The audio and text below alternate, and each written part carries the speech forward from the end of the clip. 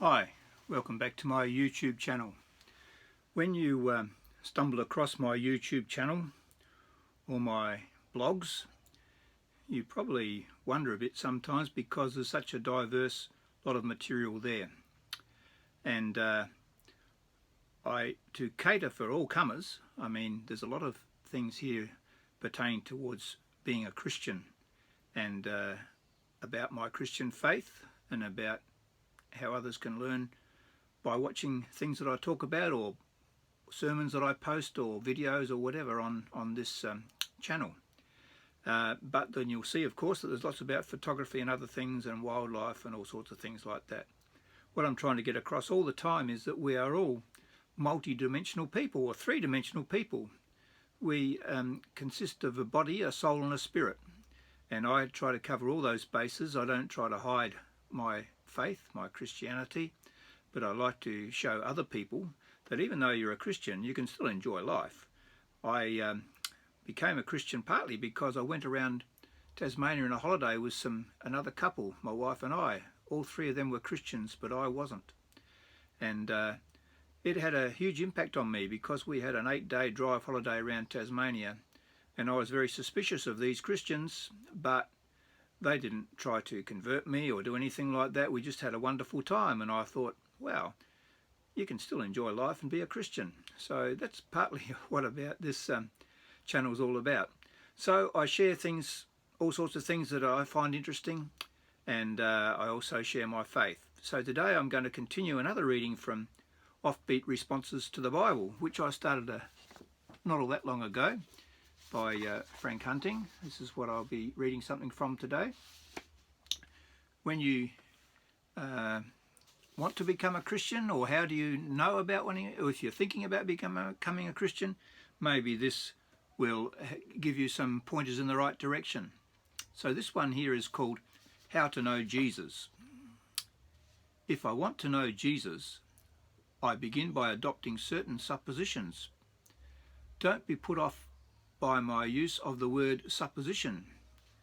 We act on suppositions all through our day. In a few minutes from now, I shall get in my car, turn on a key, drive for about 6 or 7 minutes, arrive at my church for worship. I suppose my car will start. It will not break down on the way. I will not have an accident, and I will arrive in time for worship. I would not get in my car if I knew it would break down, or that I was sure to have an accident on the way to church. The truth is, I have made these suppositions thousands of times, and it has always worked. This illustration may not be a very good one, but the experience of millions is that when they put certain suppositions to the test, they do come to know the living Jesus. There is nothing unusual about making suppositions. Scientists constantly make suppositions. Doctors make them all the time when they are diagnosing. The best innovative engineers make and act on suppositions. The results of their suppositions on being put to the test are found to work. Is all around us to see and live with. I'll just read that again. The results of their suppositions on being put to the test are found to work, and it is all around us to see and live with. One of the suppositions was all about the technology we're doing this on. Someone had to come up with these ideas and invent them. Most Christians, I read on, most Christians do not realise or have never studied the overwhelming historical evidence there is that Jesus lived, died, rose again from the dead, and ascended to heaven, there to live and reign. There is ever so much more evidence that Jesus lived, died and rose again than there is that Julius Caesar Augustus, the first Roman emperor, ever lived. No one seems to doubt that they lived or what they did. If you look behind what men offer as reasons for not being Christian or not accepting the New Testament revelation, it is not because they are scientists or doctors or PhDs or managing directors, but generally for two other reasons: prejudices against being Christian or the life they are living.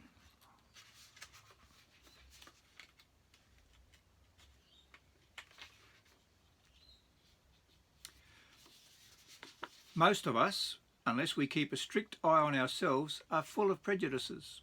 We pick them up from earliest childhood, and for many, these prejudices are dead set against becoming a Christian. The way men live, the things they do, are a most effective barrier against them ever becoming Christians. Any pagan knows that if he becomes Christian, his living will have to radically change. And as Jesus said, men love darkness because their deeds are evil. You can find that in John chapter 3, verse 19, if you want to look it up. It is not for lack of evidence as to whom Jesus is that is the reason why men will not come to him, but for other things which they choose, if they can, to hide from themselves and others. There are three suppositions with which we begin our Christian life. The first supposition is the Jesus we read about in the Gospels, that he lived, was crucified and rose from the dead and returned to heaven to reign at the right hand of God, is alive right now. The second supposition is this. This living Jesus wants to communicate with us through his word in the New Testament and through his Holy Spirit. The third supposition is this one. The living Jesus can and does communicate with us here and now if we fulfill the conditions set out in the New Testament which enable us to do so. We accept these suppositions and begin. It is only a beginning to work our way into understanding what they mean. We begin to do what will make these suppositions wonderful realities in our lives. Men and women of every nation, every culture, every background and every period of history since Jesus Christ have found in their experience Jesus is alive. He wants to communicate with us and does if we do that, which enables him to do that. So I hope you've taken notice of that little reading and it means something to you. Maybe the time now is to start thinking about acting on those suppositions. Anyway, thanks for listening. I will put a link in the preamble or the notes on this YouTube